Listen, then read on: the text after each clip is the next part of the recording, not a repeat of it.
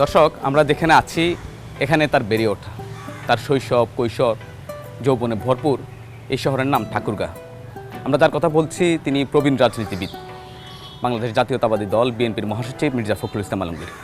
আমরা আজকে শুনবো রাজনীতির বাইরে তার নানা অজানা কথা। চলুন তার সঙ্গে কথা বলা যাক।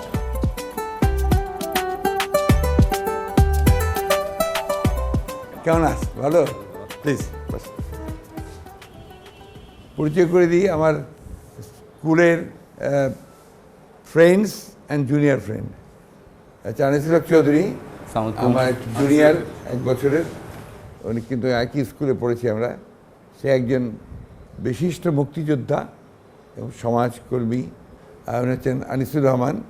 সে আমাদের ছাত্র জীবনের স্কুলের থেকেই বন্ধু আমরা। খুব ভালো স্পোর্টসম্যান ছিল, খেলাধুলা করতো।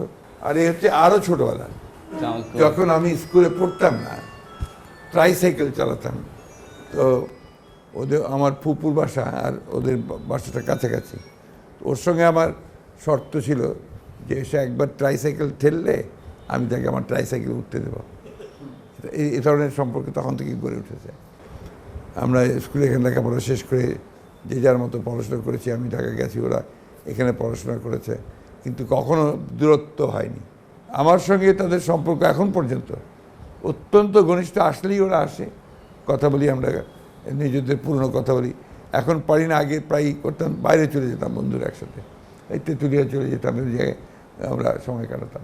তাদের সঙ্গে আমার স্মৃতি তো শেষ নেই, মানে শৈশব কৈশোর তো তাদের সঙ্গে কেটেছে আমার।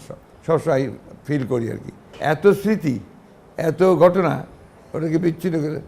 সবচেয়ে বড় কথা 71-এ যুদ্ধের সময়, এটা আমাদের কাছে একটা ইন্ডিয়ায় যখন যুদ্ধের সময় আমরা যখন আপনার এখানে যুদ্ধের প্রস্তুতি নিলাম, তখন আমরা সবাই মিলে একসাথে কাজ করেছি। ইউসুফ স্যার বলে আমাদের স্যার ছিলেন প্রথম, উনি আপনার 25-26 তারিখের পরে উনি আমাদের রাইফেল ট্রেনিং দিলেন। তো সেই থেকে সূত্র আর কি। তারপরে আমরা আপনার বাধ্য হলাম, যখন পাকিস্তান আর্মি সেলিং শুরু করলো, আমরা ইন্ডিয়ায় চলে গেলাম। এবং তখন আনিসুর ছিল আমার বন্ধু, ইসলামপুর আমরা একসাথেই গেছি, ওই ক্রস টুগেদার। ওরা তারপরে গেছে, আগে এসছে, কিন্তু we made in Islampur in India একসাথে। আমার ওখানে যে স্মৃতি আছে সেটা হচ্ছে যে আমি ইন্ডিয়া ক্রস করার পরে আমাদেরকে প্রথম যে শেল্টারটা দিয়েছিল, দিলীপ নামে একজন ছেলে, মনে আছে নিশ্চয়ই, সাইকেলের দোকান করতো। তো তার দোকানের যে আলমিরা, সেই আলমিরাগুলোর পেছনে একটা স্পেস ছিল, আমরা যেখানে রাত্রে শুয়ে থাকতাম। আমাদের সঙ্গে ছিলেন উইং কমান্ডার এসআর মির্জা, ওই আপনার আমাদের মুক্তিযুদ্ধের কথোপকথন যে বইটা পড়বেন, উনি বাংলাদেশ ওই প্রবাসী সরকারের ইউথ রিক্রুটমেন্টের ছিলেন, দায়িত্বে ছিলেন। আমার চাচা উনি। আরেকজন ছিলেন বাবলু মির্জা, তার ছোটো ভাই। আরেকজন ছিলেন রেজা সাহেব, এক্সিকিউটিভ ইঞ্জিনিয়ার ছিলেন পিডিবির, হ্যাঁ, পাউডার। তো একসাথে আমরা রাত কাটিয়েছিলাম, কয়েক রাত। এইগুলো আমার কাছে আপনার অমূল্য স্মৃতি। বারান্দায় তাবুর মধ্যে, তারপরে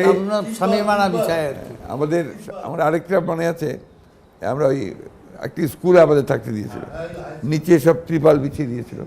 তা আমরা তো সব ওখানে শুয়েছি। খুব মশা, প্রচণ্ড মশা। আমাদের সঙ্গে আওয়ামী লীগের তখন প্রেসিডেন্ট আব্দুল লতিফ মুক্তার সাহেব, উনিও ছিলেন। আর আমাদের একবার ছিলেন আর রশিদ চিত্র সাহেব, অর্থাৎ আব্দুল রশিদ বলে একজন আপনার ফটোগ্রাফার ছিলেন। উনি আবার খুব ভালো নাটকের মেকআপ করতেন আর কি। তো ওই রাত্রিবেলা হঠাৎ করে লতিফ সাহেব মশার যন্ত্রণায় উনি উঠে পড়েছেন।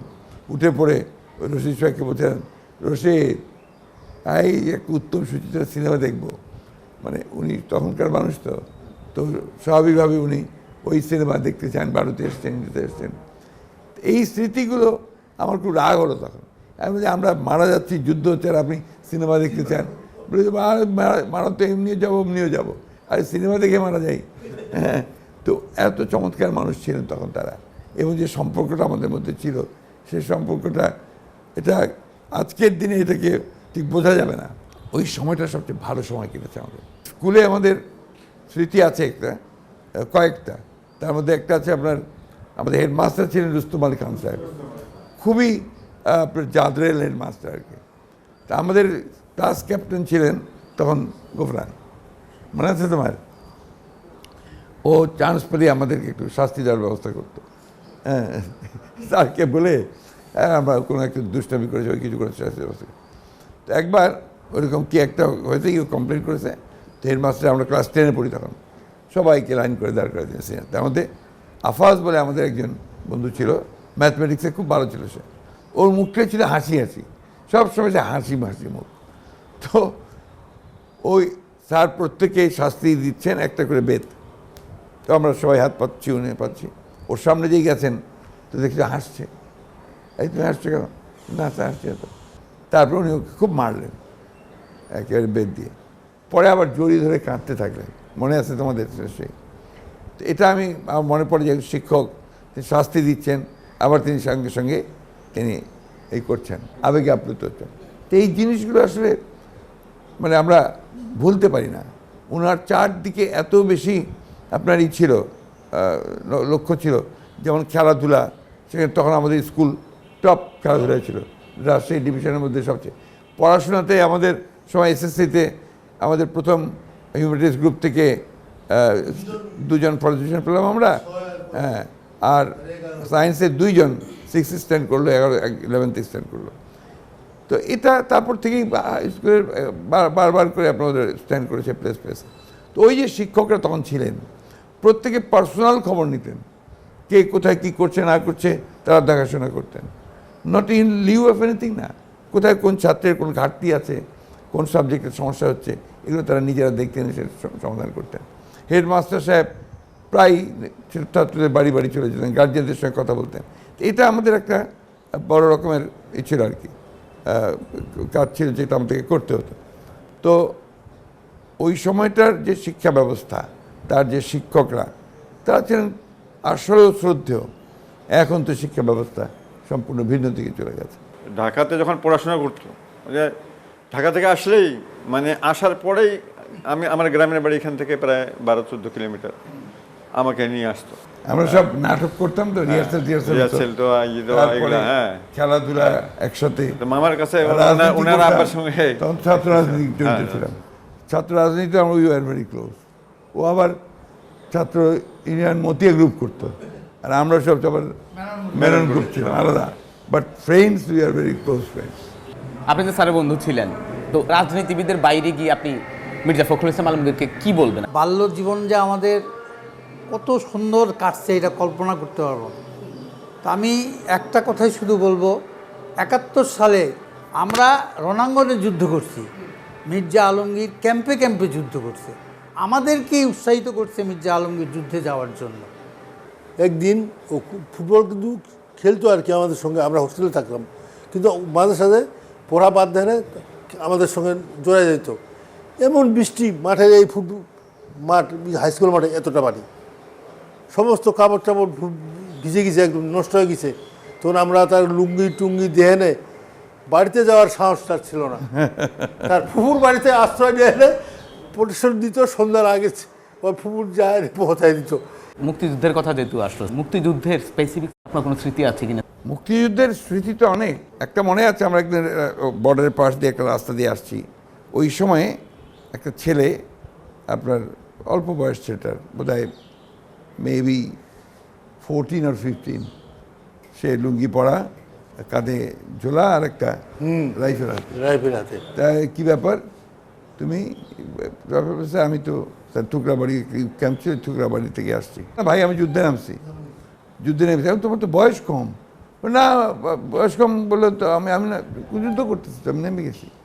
এই যে বয়সের কথা কেউ চিন্তা করেনি, জীবনের কথা কেউ চিন্তা করেনি, এগুলো আমাকে তখন রীতিমতো আলোড়িত করেছে। ইন্ডিয়াতে ঢুকলাম, ইন্ডিয়াতে লক্ষ্মীপুর থেকে ইসলামপুরে দেখি, ওখানে গিয়ে দেখি যে ওরা একটু আমার আগে আসছে। তারপরে আমরা ক্যাম্পে ঢুকলাম। ওই যাওয়ার পরেই 1 সপ্তাহের মধ্যে আমাদেরকে বলতেছে যে আপনারা রাইফেল কারা কারা জানতে চান। আমরা এই কয়েকজন আমরা জানতে পারি। তো ঠিক আছে যান, আজকে অপারেশন যেতে হবে। আমাদেরকে আবার আর্মস টার্মস দিয়ে আবার ঢুকে দিই। তাকে দেখলাম যে সে আমাদের খুব সহযোগিতা করতেছে। আমরা সবাই যুদ্ধের সঙ্গে মানে নিবেদিত প্রাণ ছিলাম। তখন আমরা পিছনে তাকাইনি যে আমরা মরবো না, বাঁচবো, খাবো না, কোথায় কে থাকবে, কে পরিবার কোথায় কে আছে। আমরা সবাই মিলে লড়াইতে অংশগ্রহণ করেছি। আপনি তো এই বনেদি রাজনৈতিক পরিবারে বেড়ে উঠেছেন, তা আমরা যদি রাজনীতির বাইরে একটু কথা বলি। যেহেতু আপনার মানে দাদারা ছিলেন, চাচারা ছিলেন পলিটিক্স, আমার বাবাও ছাত্র জীবনে রাজনীতি করেছেন, পরবর্তীকালে রাজনীতিতে সক্রিয় ছিলেন। ঠাকুরগাঁতে এসে তিনি তার কর্মজীবনের সঙ্গে সঙ্গে তিনি রাজনীতিতে চলে গেছেন, সুতরাং সেই রাজনীতির কিছুটা প্রভাব তো আমার উপরে ছিল। কিন্তু ওনাদের যে রাজনীতি, মানে পাকিস্তান তৈরি করার যে রাজনীতি, আর আমরা তো ভিন্ন প্রজন্ম, আমরা আবার বাংলাদেশ পাকিস্তানের শোষণের মধ্যে, পাকিস্তানের দখলদারিত্বের মধ্যে আমরা বড় হয়েছি। ওই সময় আমাদের পাকিস্তানের বিরুদ্ধে আমাদের একটা স্বাভাবিকভাবে আমাদের একটা প্রতিরোধ সৃষ্টি হচ্ছিল, মনোযোগটা সেভাবে তৈরি হয়েছে আর কি, মনোজগৎটা। তো এখন এখানেই পার্থক্যটা। কিন্তু আমার বাবা মুসলিম লীগ করেছেন, কিন্তু উনি ছিলেন খুব লিবারাল, খুব উদার মনের মানুষ ছিলেন। তিনি পৌরসভার প্রায় 25 বছর কাজ করেছেন, এমপি হয়েছেন, মন্ত্রী হয়েছেন, কিন্তু উনি কখনো আমাদের ইচ্ছার উপরে কোনো কিছু চাপিয়ে দেননি। And he was a very liberal man. উনি নিজে আপনার সাংস্কৃতিক কর্মকাণ্ডের সঙ্গে জড়িত ছিলেন, স্পোর্টসের সঙ্গে জড়িত ছিলেন। আমার মধ্যে সেটা কিছুটা এসছেই, সেখান থেকে তো রাজনীতির কিছুটা। তবে আমি কিন্তু রাজনীতি ছাত্র জীবনে করেছি, পরবর্তীকালে কিন্তু আমি অনেক দিন রাজনীতির মধ্যে ছিলাম না। কলেজে জয়েন করি, এডুকেশন সার্ভিসে। প্রথম আমি জয়েন করি দিনাজপুর গভর্নমেন্ট কলেজে। তারপরেই আমি কিন্তু 18 বছর ওই শিক্ষকতা, এডুকেশন মিনিস্ট্রি, তারপরে ডেপুটি প্রাইম মিনিস্টার এসবাড়ি হিসাবের একান্ত সচিব, এই দায়িত্বগুলো পালন করেছি। আমি যখন রিজাইন করি চাকরি থেকে, তখন কিন্তু আমার 18 বছর চাকরি হয়েছে। রিজাইন করে আমার বিয়েও হয়েছে, এর আগে আমার 2 বাচ্চাও আছে। রিজাইন করে আমি এসে ঠাকুরগাঁও পৌরসভার নির্বাচন করি, চেয়ারম্যানের নির্বাচন, যেটা খুব আনলাইকলি আর কি। ঢাকা থেকে এসে আমি সেটা করি, এবং এদের সহযোগিতায় সব দলগুলোরই প্রায় সহযোগিতা পেয়েছে। সহযোগিতায় আমি এখানে নির্বাচিত হয়ে, ওই আমার লাইফের টার্নিং পয়েন্ট। আবার আমি পলিটিক্সে ঢুকলাম। এরপরে আমি বিএনপিতে ফর্মালি জয়েন করি, জয়েন করে 91 ইলেকশন করি। এইভাবে তখন থেকে চলছে আর কি। বড় বোনের সঙ্গে আপনার কোনো স্মৃতি আছে কিনা, যে বড় বোন বড় বোন তো আমার সবচেয়ে ঘনিষ্ঠ মানুষ।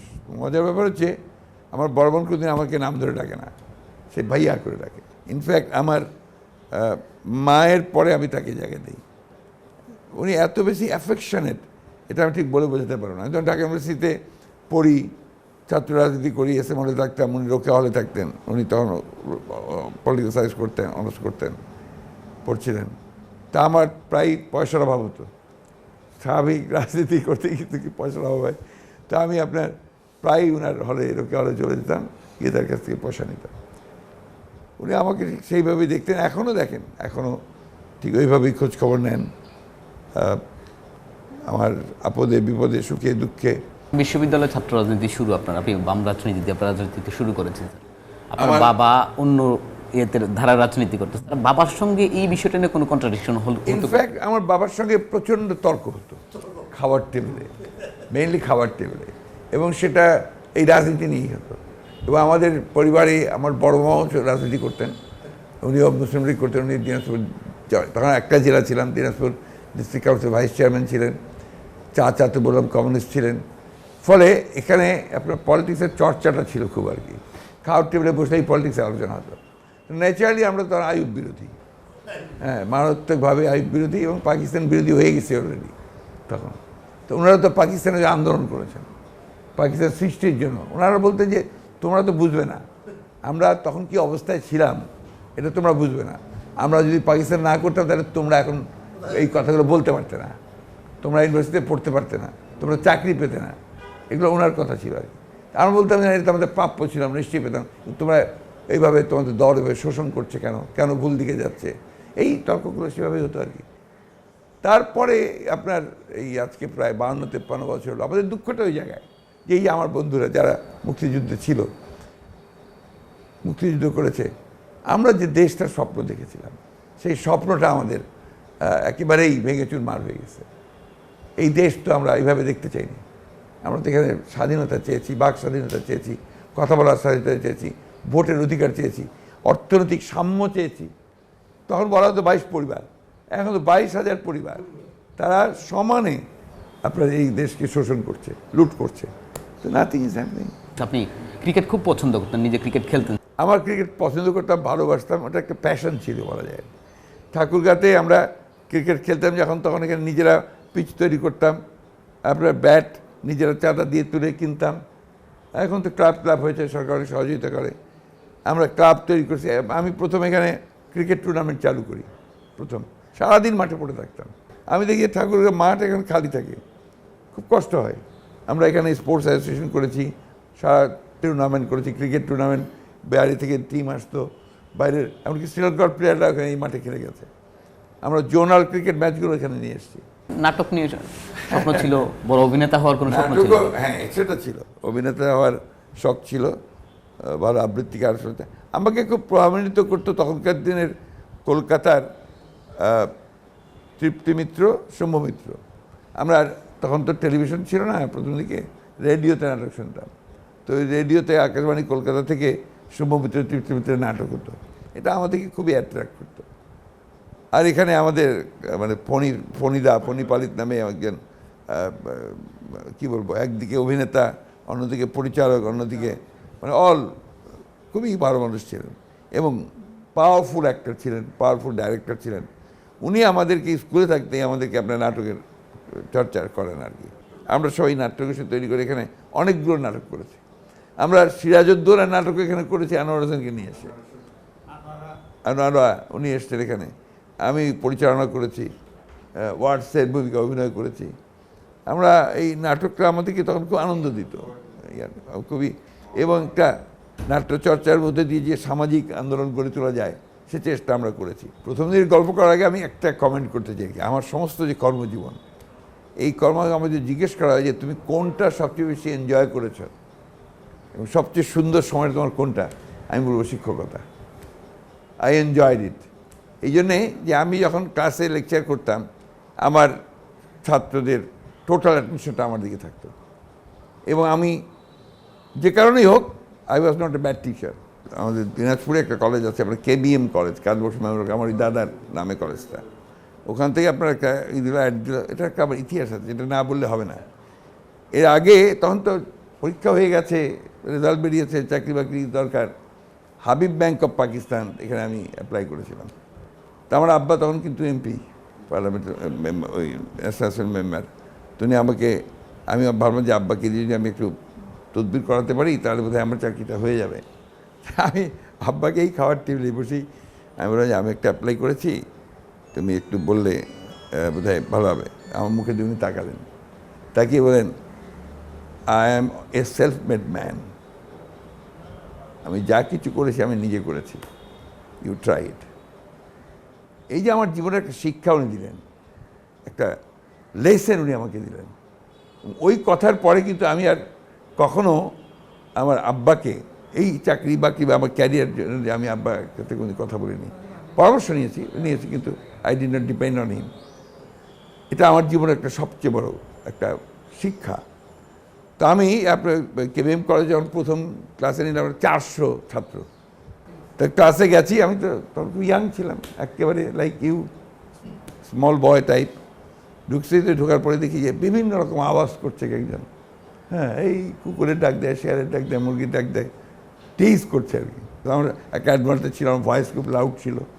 আর আমি যেহেতু নাটকটা করতাম, I knew the art how to convince people. আমি শুরু করলাম, I could control the class. এরপরে ঢাকা কলেজে আমি গেছি। ঢাকা কলেজে তো একটা, যে কলেজে পড়াশোনা করেছেন নিজে? হ্যাঁ, নিজে করেছি, ওখানে গেছি। আর তখনও জাস্ট একটা লিবারেশন, একটা 73 আমি গেছি। এবং ওই কলেজে আমার ক্লাসের ছাত্র ছিল আওরঙ্গ, আমার ক্লাসের ছাত্র ছিল শেখ জামাল, শেখ মারুফ, এরা ফার্স্ট ক্লাসে। এবং ওই ক্লাসে যাওয়ার পরে একই রিয়াকশন, আমার ছেলেপেলেরা তো ভাবছে যে কোথাকার বাচ্চা ছেলে আসছে।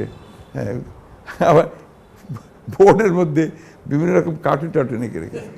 তা আমি যখন ঢুকলাম ক্লাসে, গ্যালারি ক্লাস ছিল, তা আমি তখন সারা শব্দ চিৎকার বুঝে গেছি যে ওরা আমাকে চেষ্টা করে প্রথম দিনই আমাকে বিড়াল মারার আর কি। আমিও চেষ্টা করলাম উল্টো, বিড়াল মারারই চেষ্টা করলাম। আমি কোনো কথা না বলে রাস্তা দিয়ে পরিষ্কার করে I started calling the rolls. আমি রোল কল করতে শুরু, আমার ভয়েস লাউড ছিল, তো দেখলাম আস্তে আস্তে থেমে আসলো। তাহলে আমি আর কোনো কথা না বলে আমি চলে গেলাম, একদম সাবজেক্টের উপরে চলে গেলাম ইংরেজিতে যখন লেকচার শেষ করার আমার টাইম 10 মিনিট আগে আমি শেষ করলাম। তারপরে আমি বললাম যে now I want to introduce myself. আমি ঢাকা বিশ্ববিদ্যালয় থেকে কিছুদিন আগে বেরিয়েছি, আমার শরীরে কিন্তু এখনও সেই গন্ধ লেগে আছে। তোমরা যদি মনে করো যে আমার সঙ্গে এরকম দুষ্টামি করে তোমরা পারবে না, আমিও দুষ্ট ছিলাম। তো না স্যার আমি ঠিক আছে, নো প্রবলেম। ওই ছেলেরাই পরে কিন্তু আমার ক্লাস বাড়িয়ে দেওয়ার জন্য হেড অফ দ্য ডিপার্টমেন্টের কাছে গেছে। তো দিস ওয়াজ মাই সাকসেস। এবং আমি এটা বলতে পারি যে সবচেয়ে দুষ্টু ছেলেগুলোকে আমি সবচেয়ে বেশি আগে ফ্যান বানাতাম। আসলে ভালোবাসা দিয়ে মানুষকে জয় করা যায়, এই শুধুমাত্র ধমক টমক দিয়ে না। এটা হচ্ছে বড় একটা শিক্ষা আমার জীবনের, এবং সেটাই আমি করার চেষ্টা করছি সবসময়।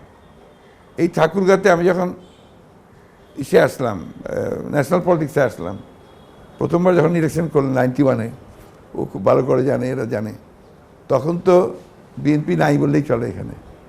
হ্যাঁ, 4-5জন করে কারণ সব জাতীয় পার্টি চলে গেছে।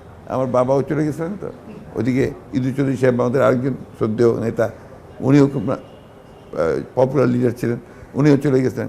ফলে এখানে একদম প্রায় শূন্য অবস্থা, এটাও চলে গেছিল। আমি কিন্তু আবার এটাকে আস্তে আস্তে আস্তে আস্তে আস্তে তৈরি করছি, ছাত্রদের দিয়ে সবাইকে নিয়ে আসছি।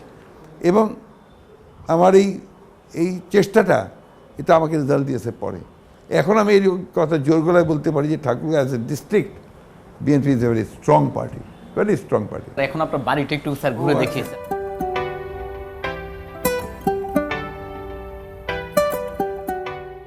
এটা আমার ছোট ভাই ফয়সাল, এ হচ্ছে এখন he is the main caretaker of this house.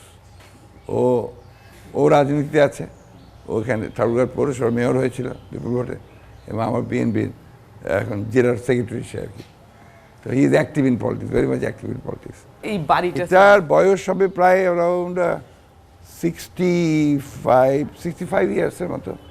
আমি যখন খুব ছোট একেবারে, তারও আগে এই বাসা উনি শুরু করেছেন। ভাবিকে প্রথম দিন নিয়ে আসার মুহূর্তটা স্যার যদি একটু বলতেন এখানে। ভাবির সঙ্গে তো আমার পরিচয় আগে ছিল না, এটা আমার আব্বা বিয়ে ঠিক করেন, পর ঢাকায় বিয়ে হয়। ঢাকা বিয়ে হওয়ার পর ওনাকে এই বাসায় আমরা একসাথে আসি ফর রিসেপশন আর কি। তো ও তো ওই পশ্চিমবাংলার মেয়ে, তো আর আমরা এদিককার আমাদের বাড়ির সব পলিটিক্স করি আমরা, আমাদের গলার টোন সব অন্যরকম, জোরে কথা বলি, ও আবার একটু ইউজ হতো না। বাট এসে তো সে এখানে একটু অন্যরকম পরিবেশ তার হয়ে গেছে, তারপরেও সে অ্যাডজাস্টেড উইথ ইট আর কি। মেয়েরা কি স্যার রাজনীতি পছন্দ করে? আমার বড় মেয়ে তো খুবই পছন্দ করে, সে তো রাজনীতির মধ্যে আসতেও চায়, যদিও সে দেশের বাইরে আছে। ও সায়েন্টিস্ট, অস্ট্রেলিয়া আছে। ছোট মেয়ে তো এখানেই আছে। এরা আমার রাজনীতির বিরোধিতা কখনো করেনি, বরঞ্চ they feel proud that I am in politics. কিন্তু আমি ওদের জন্য কিছু করতে পারিনি। আমি ছোটোবেলা যখন ছোটো তখনও সময় দিতে পারিনি, এই রাজনীতি করেছি। আমার স্ত্রী তখন তাদেরকে দেখাশোনা করেছে, সব কিছু করেছে। আর পরবর্তীকালে তো ওরা নিজেরাই লেখাপড়া শেষ করেছে ঢাকা ইউনিভার্সিটি থেকে। অবসর সময়টা কীভাবে বের করেন? না, আমি তো এখানে আসতে আমার যেটা হয় আর কি, আমার প্রোগ্রাম তো থাকে, তারপর ওই বসার ঘরে বসি, ওখানে আমি লোকজনের সঙ্গে কথাবার্তা বলি। ভেতরে আসলে আমার যারা আত্মীয় স্বজন আছেন বা যারা ভেতরে আসে, আমার লোকজন মহিলারা আসে, তাদের সঙ্গে কথাবার্তা বলি, এভাবেই। অবসর বলতে কিছু নেই, এখানে তো আমার শেকড়। এবং আমার কাছে মনে হয় যে এখানে আসলে আমি যে শান্তি পাই, এই শান্তি আমি পৃথিবীর কোথাও পাই না। এই আজকে সকালে আমি অনেক সকালে ঘুম থেকে উঠেছি, ঘুম থেকে উঠে কিন্তু আমি ওই আমার গাছপালা এগুলো দেখছি, একটা ঠান্ডা বাতাস, আই ফিল রিয়েলি গুড আর কি। এটা তো আমার তীর্থক্ষেত্র মনে হয় আমার কাছে, আমার সবচেয়ে প্রিয় জায়গা ঠাকুরগাঁও। স্যার এখন তফাৎটা কেমন দেখছেন স্যার আপনার সময়কার? না, এখন তো ঠাকুরগাঁও পুরো বদলে গেছে। আমাদের ছিল এটা, এই মৌজাটা যে এটার নাম নিশ্চিন্তপুর, এটা আসলে নিশ্চিন্তপুর ছিল। এখানকার সমাজ, এখানকার মানুষের চলাচল সব কিছু, এটা একটা এত সুখী ভাব ছিল এখানে, সেই জায়গায় এখন নেই। এখন একটা বিভেদ সৃষ্টি হয়েছে, বিভাজন সৃষ্টি হয়েছে। সুকুমার যে কাজগুলো ছিল, ভালো কাজগুলো ছিল, সেগুলোকে যেন নষ্ট করে ফেলা হচ্ছে। এই বিষয়গুলো আমাকে খুব কষ্ট দেয় আর কি। লাইব্রেরি একটা আমরা নিজের হাতে আমরা তৈরি করেছিলাম, সেই লাইব্রেরিটাকে নাকি আমি শুনি যেখান থেকে আপনার ডিমের আড়ত বানানো হয়েছে। এই বাড়িটা আপনার কাছে কখন প্রাণবন্ত মনে হয়েছে? যখন আমরা সবাই ভাই বোনরা একসাথে আসি, ছোটো ভাই বউ বলছে যেখানে তোর সময় কোন দিক দিয়ে চলে যায়, রাত 1টা বেজে গেছে, কোন দিক দিয়ে চলে যায় বুঝি না, আর ঢাকায় আমাদের সময়ই কাটে না। এটাই পার্থক্যটা আর কি, এখানে ফিল মানে হৃদয় দিয়ে উপলব্ধি করা যায় আর কি। স্যার, আপনি তো জীবনের অনেকটা প্রান্ত পেরিয়ে এসেছেন, জীবন মানে কি? জীবন মানে আসলে সংগ্রাম, জীবন মানে লড়াই, জীবন মানে হচ্ছে আমার কাছে মনে হয় যে এটা একটা শিক্ষা, এটা একটা ব্যাপক একটা, কিন্তু এটা খুব ছোট মনে হয়, সময় খুব কম মনে, এই যে বয়স বেড়ে যাচ্ছে না, এখন মনে হচ্ছে যে আরও তো অনেক দেখার ছিল, করার ছিল, আর অনেক কিছু বলার ছিল, সেই সময় তো পেলাম না, পরিবর্তনটাই তো আনতে পারলাম না। এটা একটা বিরাট একটা বেদনা বলা যায়, যে একটা ব্যর্থতার গ্লানি আমাদেরকে করে। এবং এখন যেটা মনে হয় যে আমরা তো পরিবর্তন আনতে পারলাম না, আমরা যদি পরিবর্তন আনতাম, সমাজটাকে যদি বদলে দিতে পারতাম, মানুষের অধিকারগুলোকে যদি প্রতিষ্ঠিত করতে পারতাম, তার সার্থক মনে হতো। আমাদেরকে সময় দেওয়ার জন্য স্যার অসংখ্য ধন্যবাদ।